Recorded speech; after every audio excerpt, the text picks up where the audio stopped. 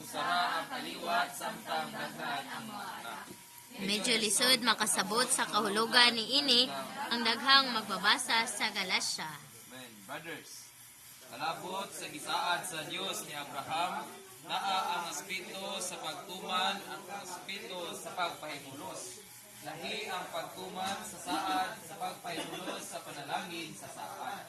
Kalabot sa mga gisaad sa usa ka tawo sa laing tawo, panagsara makapahimulos sa panalangin sa saad ang taong nagtuman sa saad. Amen. Karan nga ang taong isaad mao ang nagtuman sa saad.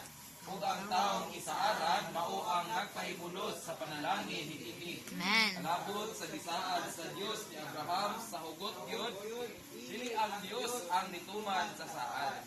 Gituman hinuod kini sa kaliwat ni Kristo. Gituman ni Kristo ang gisaad sa Dios ni Abraham.